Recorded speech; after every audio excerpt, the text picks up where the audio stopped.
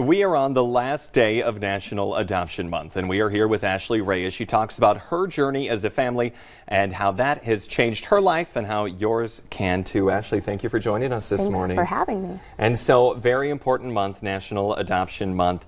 Why are you so involved in the adoption and fostering of children in our area? Yeah, our journey started with infertility, ironically, and then it led to the adoption of our son Micah, which led us to foster care. And so adoption and foster care is just a natural part of our life right now, and we believe in using our experiences to advocate for things that we're passionate about and to serve others, and that's why we want to get the word out there. Yeah, very important. There's a lot of children who need this help. I believe you know kind of some stats about how many people are needing forever families. Yeah, you know, roughly in the United States in general, there's about 140,000 children that are adopted for various reasons. There's a lot of children out there that need those forever homes. But here in the foster community, we have roughly about 20,000 children every year that age out of the foster care system. So they don't have that permanency, right? That family attachment, that stability. And so there are so many children in the foster care system that need that longevity and that forever family that they can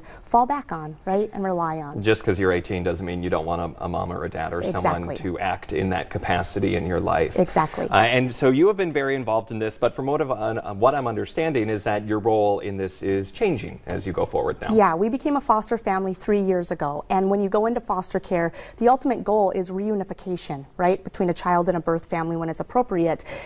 We didn't go into it to adopt children, but that happened for us. We adopted all 4 of our children out of the foster care system. And now, because of the needs of our children, we need to focus on them. And so as a foster family, we are taking that step back. We are no longer providing long-term care for children in the foster care system. We're still doing respite care, temporary care, but our role in the foster community is shifting a little bit. Well, I think anyone would agree. 4 children of your own is a lot. Yeah. It is a lot to handle, especially in today's world when they all have practices and lessons and school and all of that stuff going on. And so what was, besides that, what was some of the reasons that you decided to say, okay, as a family, we need to shift our goals and our focus? Yeah, you know, I think it's important to be realistic about what your family can handle, right? Not just if you're a new foster family, but if you are like ours and you've adopted children, recognizing the needs of your children, being honest and realistic about that. Unfortunately, the majority of the children that come into the foster care system have experienced some type of abuse or neglect, trauma, and that's what we're seeing in a couple of our children. And there are additional needs that are going into their care right now. And as a foster family, we feel like we're abandoning more children that need us, right? We do. We feel bad. We feel guilty.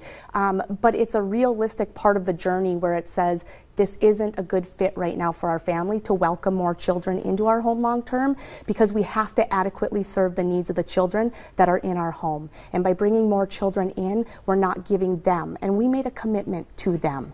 So we still support the foster community. We still advocate it. We desperately need, I'm pleading for people to be foster families, because there's so many children in the system that need our love and our care and our help. But right now, for us as a family, we have to step back, be more of an advocate role, and we need to dive into the needs of our children that are in our home. I think that's very realistic. I don't think anyone with 4 children and you know, adopting them and everything that came with too would expect anything more of it. So I think what you're doing is perfectly acceptable, and a lot of people would understand that. But for other families who might be a little hesitant to get into it, or maybe even single couples who are looking to, what advice would you have for them? You know what? Just do the research. Nothing's committing you, right? Just start reaching out.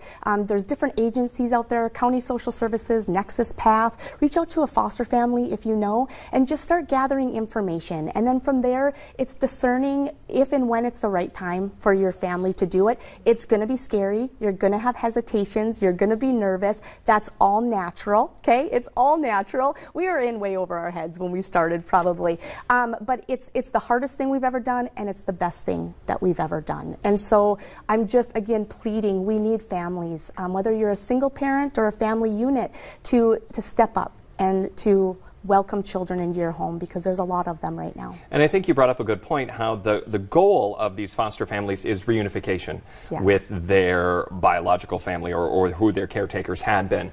And so it isn't necessarily a commitment that if you take in a, say, 4-year-old foster child, that you now have to raise this child until they're 18. No, not at all. Again, ultimate goal is reunification when that's appropriate. Even if, let's say, you had that foster child in your home for a year or 2 years and their plan changed from reunification to adoption to permanency, right? There's nothing committing you saying that you're the adoptive family. Do you know what I mean? Again, it has to come back to what is right for your family unit. Yep, and you signed on to do your part in that child's life and that journey. Right. And as long as you're doing that well, that's all you can ask. Well, a very important topic, and thank you for being here today. Thank you. Coming up here on today's show, each day children, seniors, and entire families are unsure where their next meal will come from. The Great Plains Food Bank is in with how you can help.